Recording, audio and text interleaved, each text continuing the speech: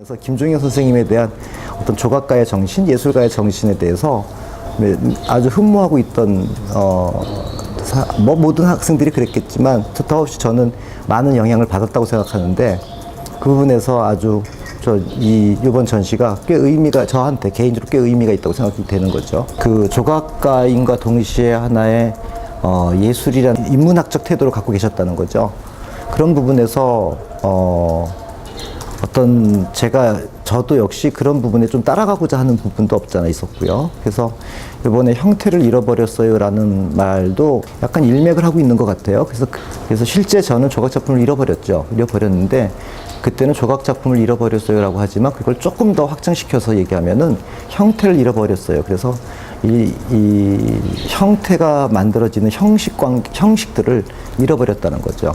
어떤 사회, 그게 좀 더 거창하게 얘기하면, 인간이 살아가면서 계속 무엇인가 형태를 남겨놓고 또 그것을 숭배한다든지, 어떤 또 그것들을 통해서 만들어지는 관념들이라든지, 그런 것들을, 잃어버렸다고 얘기하는 건데, 그런 부분에서 김종현 선생님이 말씀하시는 어떤 조각에 있어서 우리가 그냥 조각이 본질적 조각에 대한 물음을 하시는, 조각적 행위에 대한 물음을 또 하시는, 그런 부분에서 김종현 선생님의 어떤 존경스러움을 갖고 있다는 거죠. 이번에는 어떤 이야기를 좀 내가 중점적으로 보여줘야 되나 하는 생각을 했을 때 글을 쓰다라는 말을 좀 쓰고 싶었어요. 글을 쓰다. 그래서 그럼 무슨 글을 쓸 거냐? 쇳가루 글을 쓰자. 그래서 쇳가루 글인데 어떤 내용의 글을 쓸 거냐 하는 부분인데 두면은 흘러내리는 글자가 흘러내림에 대한 쇳가루의 어떤 중력의 저항을 못 이기는 그러한 흘러내림의 이야기고 또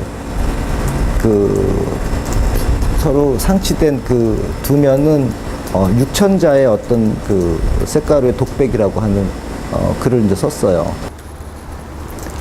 어떤 약간은 회의적 고독감도 있고요.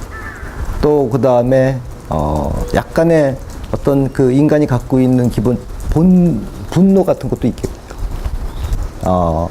제가 쇳가루를 통쇠 조각을 만들어서 야외 조각 전시를 했는데 그거 누가 가져가서 작업실에 와 보니까 쇳가루가 있었어요. 그때 처음으로 글 쓴 게 두 개의 큰 문장이었는데 나름대로 화두 같은 문장이었는데 이 세상에서 가장 큰 것과 작은 것을 잴 수 있을까? 말로 형용할 수 없기에.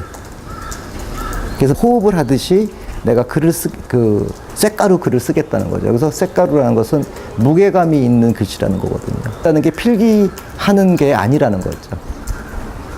그래서 쓰레받기에 담아서 그걸 흘려내리는 건데 보통 우리가 서예 했을 때도 서예도 마찬가지로 어떤 인간이 갖고 있는 신체적 감정과 어떤 육체적 신체의 어떤 리듬을 움직이는 거라고도 얘기를 하는데 이거는 약간 좀 더 물질적 요소를 갖고서는 글을 쓰고 있다는 것이 또 하나의 재미난 어떤 요소일 거라고 생각이 들어요.